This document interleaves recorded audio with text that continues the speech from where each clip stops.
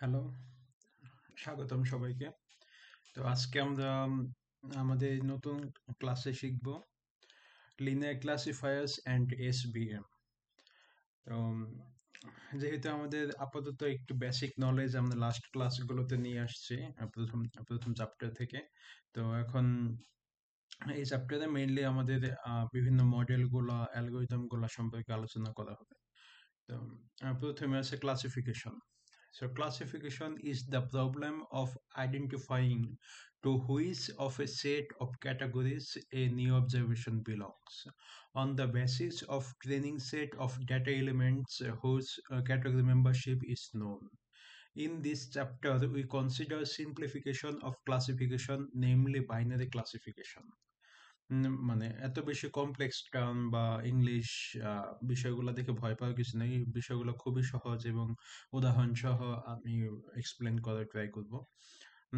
In binary classification, the set of categories has cardinality 2.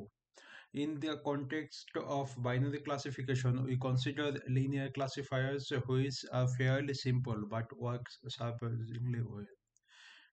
So সম্পূর্ণটা যে এখানে যা বলা হয়েছে এটা হচ্ছে ক্লাসিফিকেশন মানে কি? ক্লাসিফিকেশন মানে হচ্ছে প্রকারভেদ। আমরা যদি দেখে আসি আগে, মানে আমাদের ইংলিশের ক্ষেত্রে আমরা এটা জানি, প্রকারভেদ এটা বলা হয়।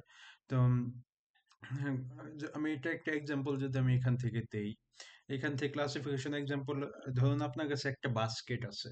তো বাস্কেটের মধ্যে বিভিন্ন ধরনের ফল আছে, আম, জাম, কাঁঠাল, কলা, অ্যাপেল, অরেঞ্জ ইত্যাদি ইত্যাদি ফল আছে। তো আপনার কাছে একটি মেশিন আছে বা একটি মডেল আছে। মডেল নিয়ে এখন আমাদের পড়াশোনার দরকার নেই। কল্পনা করি যে আমাদের কাছে একটি মেশিন আছে, যেখান থেকে আমরা মেশিনে ইনপুট সাইডে যদি আমরা একটু ফল দেই, যেমন অ্যাপেল বা অরেঞ্জ বা যে কোনো ফল, তাহলে সে আউটপুট দিবে যে সেটা জিনিসটা কি অ্যাপেল না অরেঞ্জ। তো এই আউটপুটটা আমাকে দিবে। তো এখন এইখানে হচ্ছে আমাদের বোঝার বিষয়, যে এখানে আমাদের বলা হয়েছে যে এখানে কার্ডিনালিটি টু। কার্ডিনালিটি টু মানে হচ্ছে ইউনিক নাম্বার অফ ইনপুট কয়টা। So আমরা শুধুমাত্র এখানে আমাদের ফল কিন্তু হাজার রকমের থাকতে পারে, কিন্তু আমাদের এই মেশিনটা শুধু দুই ধরনের ফল নিয়ে কাজ করবে, মানে দুইটা ইউনিক নাম্বারের কার্ডিনালিটি নিয়ে কাজ করবে। সো এখানে যেমন অ্যাপেল আর অরেঞ্জ, সো এখানে টু যেহেতু তাই আমাদের দুইটা, যদি এখানে থ্রি হইতো তাহলে অন্যটা হইতো। কিন্তু কিন্তু একটা ইম্পর্টেন্ট বিষয় হচ্ছে, এখানে আমরা সবসময় মানে আপাতত এই এই কনসেপ্টটাতে বা এই চ্যাপ্টারটাতে আমরা শুধুমাত্র বাইনারি ক্লাসিফিকেশন নিয়ে কাজ করব। সো বাইনারি মানে কি, zero or one, true or false, তাই তো? ওই দুইটা থাকবে। সো আমাদের এই ক্ষেত্রে আমরা সবসময় কার্ডিনালিটি টুই থাকবে এই ক্ষেত্রে। সো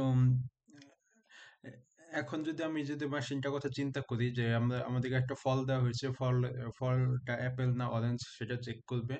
তো এটা একটু নেক্সট স্টেপে আসে। আমরা যদি জাস্ট এখানে আমরা একটা গ্রাফ আঁকছি, মানে ভিজুয়ালাইজ ইমেজ করার জন্য। এখানে আসলে মেশিনটা ফলের ওয়েটের উপর ডিপেন্ড করে আপনার কোনটা অ্যাপেল কোনটা অরেঞ্জ সেটা চেক করা হয়েছে। তো আপনার কাছে ওই যে কথার কথা, যদি আমরা এটা সবগুলো অরেঞ্জ ও দিয়ে প্রকাশ করি আর অ্যাপেল গুলা এক্স দিয়ে প্রকাশ করি, তাহলে আমি যদি ওইটা অনুসারে এগুলোকে মানে গ্রাফে বসাই, তাহলে ধরে নিই আমরা এরকম একটা ছবি পাই। এখন আমাদের যে মানে ক্লাসিফিকেশনের মধ্যে যে চ্যালেঞ্জটা আছে বা যে এটা উপকারটা বা যেটা ইউজেসটা কি, যদি আমাকে একটা নতুন একটা ফল আমাকে দেয়, যে নতুন একটা ফল, এটা দেখো এটা অরেঞ্জ না অ্যাপেল, তো আপনি এখানে বসাবেন। তো বসানোর পরে আপনার যেটা মানে বসানোর পর এটা আসলে অ্যাপেল হওয়ার চান্স কত পার্সেন্ট বা অরেঞ্জ হওয়ার চান্স কত পার্সেন্ট বা কোনটা হবে, সেটাই হচ্ছে আপনার মানে এই ক্লাসিফিকেশন প্রবলেমের অ্যান্সার বা রেজাল্ট বা আউটপুট। এখানে লেখা আছে, if a new fruit lands on one side it's an Apple, other side is orange. So এখানে এটা বলা হয়েছে যদি আপনার যেখানে অ্যাপেলের সাইডটা বেশি, সেখানে হচ্ছে আপনার সেটা অরেঞ্জ হবে। যে যদি অন্য সাইডটা হবে, অন্য পাশে যদি কোনো একটা ফ্রুট আসে, মানে গ্রাফে বসানোর পর বা মেশিনে বসানোর পরে মানে মেশিনে বসানোর পরে না, এটা আসলে ইন্টারনালি মেশিনে কাজ করা হয়। তো যদি মানে যেটা যেই পাশে বসে সেটা হচ্ছে আপনার একটা অ্যাপেল হবে একটা অরেঞ্জ হবে। তো এই বিষয়টা আরো বেশি বেটার বোঝার জন্য তবে এটা ক্লাসিফায়ার প্রবলেম সলভ বিষয়টা এরকম যে আপনাকে দুইটা ভাগ করে দিতে হবে। দুইটা ভাগ করে দিয়ে এই পাশে পড়লে অরেঞ্জ, এই পাশে পড়লে হচ্ছে কথা কথা লেফট পাশে অরেঞ্জ, রাইট সাইডে অ্যাপেল। সো আপনি যদি নতুন একটা ফল নিয়ে আসেন, এটা লেফট সাইডে যাচ্ছে না রাইট সাইডে যাচ্ছে, এটার উপর ডিপেন্ড করে এটা অরেঞ্জ হবে না অ্যাপেল হবে, সেটা ডিসিশন আপনি নিতে পারবেন। এই হচ্ছে ক্লাসিফায়ারের বেসিক আন্ডারস্ট্যান্ডিং। আরো আরো এক্সাম্পল এখানে দেওয়া আছে, সুন্দর সুন্দর এক্সাম্পল। এই এক্সাম্পলটা খুব ভালো, আমি এটা নিয়ে আসতেছি। তো ফর্মাল সেটিং, তো একটা ক্লাসিফায়ার মধ্যে কি কি থাকে আসলে, কি কি সেট আপ করা থাকে। লেট এক্স, এখানে বলা হয়েছে ইনপুট স্পেস। এক্স হচ্ছে ইনপুট গুলা, যেমন আমাদের খেতে দিলাম অরেঞ্জ বা আপেল, এটা ইনপুট আসলে এগুলো হচ্ছে সব ইনপুট। অ্যান্ড ওয়াই হচ্ছে level space, B some sets a given set of a form. So D data, E হচ্ছে ডেটা সেট, এখানে আছে X one Y one, and এটা এক্স এন ওয়াই এন পর্যন্ত, মানে আনলিমিটেড নাম্বার পর্যন্ত এটা যেতে পারে, belongs to X and Y. এগুলো হচ্ছে ডেটা সেট, আর এটা হচ্ছে আপনার মানে কি বলে যে এটা হচ্ছে মেইন ডেটা সেট, বা সবগুলো ইনপুট মিলে এক্স, বা সবগুলো আউটপুট মিলে হচ্ছে ওয়াই। লেভেলিং, আউটপুট না, এটা বলা হয় লেভেল স্পেস বা লেভেলিং বলা হয়। লেভেল স্পেস বলা হয়, এখানে দেওয়া আছে। সো বিষয়টা আসলে কি, লেভেল স্পেস বলতে কি বোঝা যায়। তো আমি যদি এখানে আসি, যে এখানে ট্রেনিং ডেটা হচ্ছে এক্স ওয়ান এক্স এন ইত্যাদি। মানে কি ট্রেনিং ডেটা বলতে যখন বোঝাচ্ছে আমাদের কাছে যত ডেটা বাই ডিফল্ট বা আমাদের কাছে আপাতত আছে, আমরা তো আমাদের মেইন টার্গেট হচ্ছে নেক্সট আমার যে নতুন ডেটা আসবে ওটা কোথায় যাবে, অ্যাপেল হবে না অরেঞ্জ হবে, সেটাই কথা। কিন্তু আমাদের কাছে তো অবশ্যই কিছু ডেটা আমাদের আগে আগে থেকে থাকবে, আপনার ফ্রুট বাস্কেটে কিছু ফ্রুট আগে থেকেই থাকবে, যেটা দিয়ে হচ্ছে আমরা ট্রেনিং দিব। তো সেক্ষেত্রে আমাদের এগুলাকে আমরা এক্স এক্স দিয়ে প্রকাশ করে থাকি, যেমন এক্স ওয়ান থেকে এক্স এন পর্যন্ত। অ্যান্ড ওয়াই থেকে ওয়াই এন পর্যন্ত সবগুলো হচ্ছে লেভেলস এগুলাকে। আমি যদি এখানে আসি, এখানে দেখাচ্ছি লেভেলের বিষয়টা। এই যে অ্যাপেল, অরেঞ্জ। তো আপনার অ্যাপেল এখানে জিরো দিয়ে লেবেলিং করছে, অরেঞ্জ এখানে ওয়ান দিয়ে লেবেলিং করছে। তো বিষয়টা এরকম, আপনি যে কোনো মানে আপনি একটা মেশিন তো আর সে বাই ডিফল্ট জানবে না আপনার ট্রেনিং দেওয়ার আগে যে এটা কি লেবেল, এটা কি অরেঞ্জ হবে না অ্যাপেল হবে। সো আপনি যদি এখানে শুধু এ দিয়ে দেন লেবেল করতে ইচ্ছা করে, আপনার মন চাইলে আপনি এ দিতে পারবেন, অরেঞ্জের ক্ষেত্রে ও দিতে পারবেন।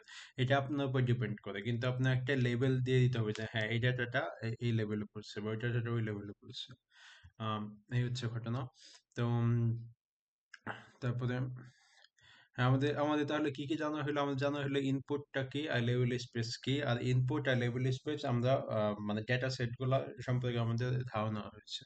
তো নেক্সট স্টেপে আমরা কি যাব।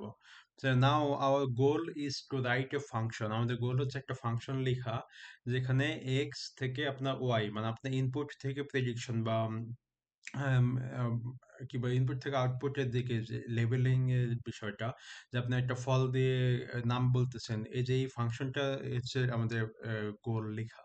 যে এই ফাংশনটা কিভাবে কাজ করলে আমরা বুঝতে পারবো যে, বা সে অ্যান্সার দিতে পারবে ফলের ডিটেলসটা কি। Which correctly predict the level of the unseen data. তো এটা হচ্ছে আপনার মানে লেভেল, লেভেলটা বলে দিবে, আপনার কাছে ফল থাকবে, আপনার ফলের নামটা বলে দিবে, লেভেলটা বলে দিবে। আনসিন ডেটা মিনস নতুন একটা ফল আপনি মেশিনে দিলেন যে বলো এটা কি, এটা কি অ্যাপেল না অরেঞ্জ, মানে এই জিনিসটা সে আগে কখনো টেস্ট করে নাই। সেটা হচ্ছে আনসিন বা নতুন data. With the help of training data we call the elements of y classes. Mm, mm, if there are finitely many classes, we also call if a cluster, sorry, classifier. The algorithm used to find such an f with the help of the training data is called learning machine or learning algorithm. এখানে কি বলা হয়েছে আসলে, এখানে বলা হয়েছে if there are finitely many classes we also call f a classifier. So আপনার আমাদের ক্ষেত্রে এখানে আসলে কয়টা ক্লাস আছে, আমাদের হচ্ছে একটা অ্যাপেলের ক্লাস, একটা অরেঞ্জের ক্লাস।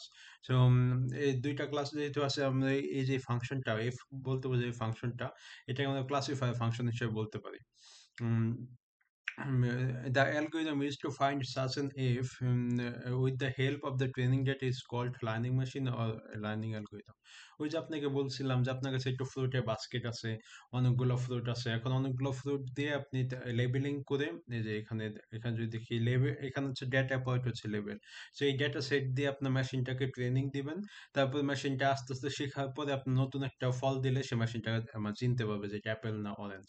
সো সেম এই এই বিষয়টাকে বলা বলা হয় লার্নিং মেশিন ও লার্নিং অ্যালগরিদম। এই যে সমীকরণটা আছে না, যে সমীকরণের মাধ্যমে আপনি এটা ডিসিশন নিচ্ছে, এটাকে বলা হচ্ছে লার্নিং অ্যালগরিদম।